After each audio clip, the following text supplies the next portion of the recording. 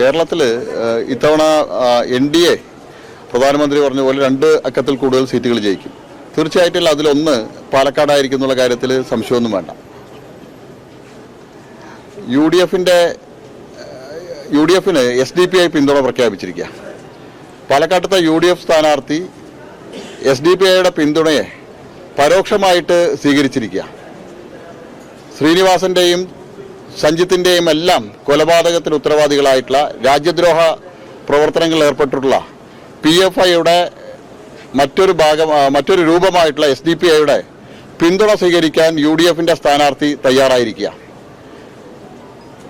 ശ്രീനിവാസൻ്റെയും സഞ്ജിത്തിൻ്റെയും ആ കുടുംബങ്ങളോടുള്ള വലിയ വഞ്ചനയാണ് UDFൻ്റെ സ്ഥാനാർത്ഥി ചെയ്യുന്നത്. രാജ്യദ്രോഹ ശക്തികൾ, ഈ രാജ്യത്തെ തകർക്കാൻ ശ്രമിക്കുന്ന ശക്തികളുടെ പിന്തുണ പോലും സ്വീകരിക്കാൻ UDFൻ്റെ സ്ഥാനാർത്ഥി തയ്യാറാവുന്നതിൻ്റെ പിന്നിലുള്ള കാര്യം പാലക്കാടത്തെ വോട്ടർമാർ തിരിച്ചറിയും.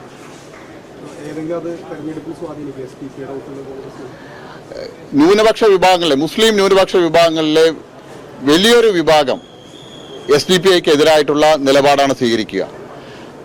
UDFൻ്റെ സ്ഥാനാർത്ഥിയുടെ ഈ നിലപാടിനെ മുസ്ലിം സമുദായം തന്നെ തള്ളിക്കളയുന്നുള്ള കാര്യത്തിൽ യാതൊരു സംശയവുമില്ല.